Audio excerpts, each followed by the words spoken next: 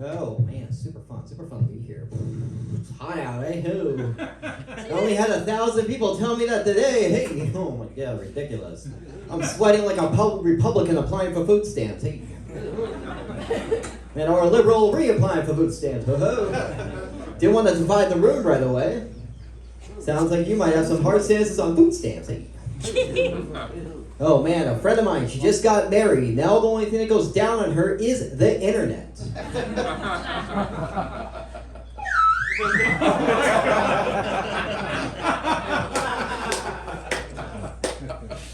I also got Brian Bogart's credit card, guys. Hey!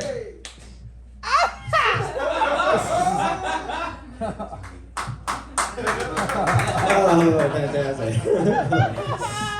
Oh man, but really, it's like a lot of people like know me as like a one-liner comedian. But what I'm realizing is if I do like long sets and stuff, like I start not having that connection with the audience. And of course, if I'm doing like a 20-minute set doing one-liners and they don't like me, if you're telling 150 jokes, there's a lot of silence. All right, they didn't like the one that was in my act that time. Let's try it 149 more times. I feel like I'm voting when they're not liking me. It's like, it didn't work last time. Oh, I gotta do it again this time. Hey. But essentially, what I'm realizing is I gotta learn how to tell stories and stuff. Even though it's worse to tell a story about your life and then they still like, yeah, we don't know. But it's true, I'm telling you a true story. I'll change it.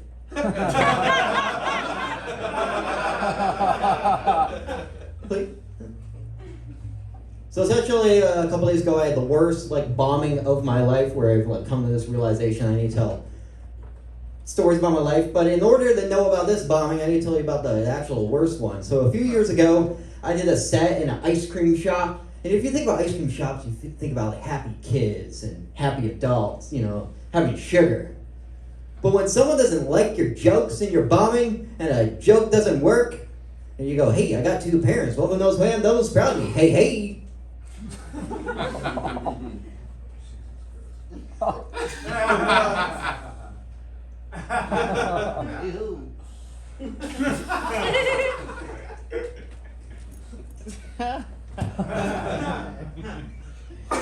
There's a different level of bombing when not only is it silent, but you can hear the sounds of people licking their ice cream cones. I took something very happy and made it sad and awkward. Still haunts me to this day. I've not gone in one ice cream parlor in my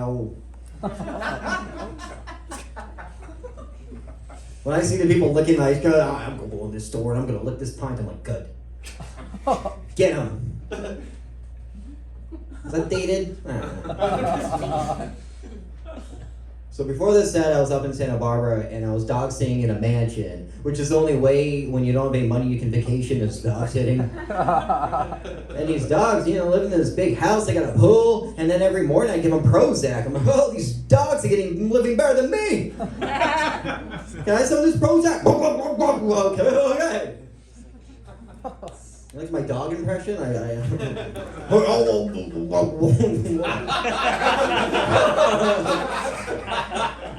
I can't even be a confident dog up here, oh man. So basically in Santa Barbara, I produced a show and had a great set. And I went, okay, I feel great. So now I got this next show. It's a 20-minute set at an apartment complex. So these fancy apartments in LA actually put some of their money, instead of, I guess, fixing toilets, and they're having events. And this event, I didn't know this, but they only invited the people that didn't renew their leases. So there's 8 people there, and then behind me during my set, there's a big TV they're gonna raffle, so I'm competing with a TV. And the host bombs, the next guy bombs, and if you ever do say, you're like, I'm gonna turn the tide. But it really is if the crowd's terrible, it's just playing the violin on the Titanic. I'm gonna try, but we're all going down. Rose! Rose, this comedy show sucks! I can hear you! So then as it's gotten worse, I'm like, okay, I pivot from the one-liners, so I'm going to tell stories, and they start hating my stories, so I start, I start riffing, and then they hate the riffing. And then I bust out the slide whistle, and then they love it. It's like, okay, my years of writing and my jokes, okay, that didn't work, but a piece of plastic from China, ka-ching! And then one of them yells, hey! I wasn't recording, can you do it again? Tell the joke again! And then all of a sudden everyone starts pulling out their phones and filming me. I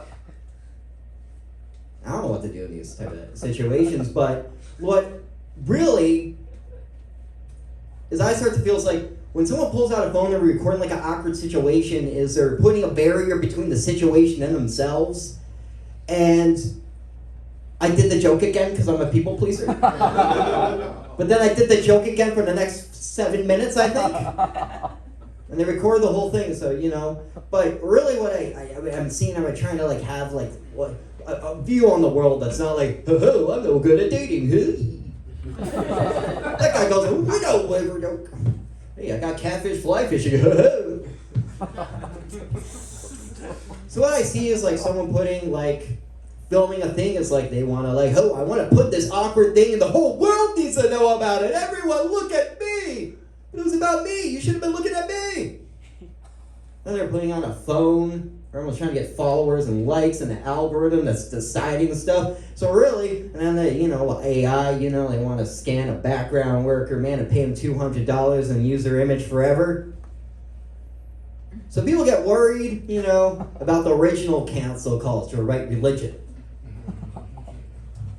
I'm getting political, guys. Hey, hold on, you're right. I mean, religion, man, they canceled Lenny Bruce. Native Americans. The only thing they can't seem to cancel is pedophilia.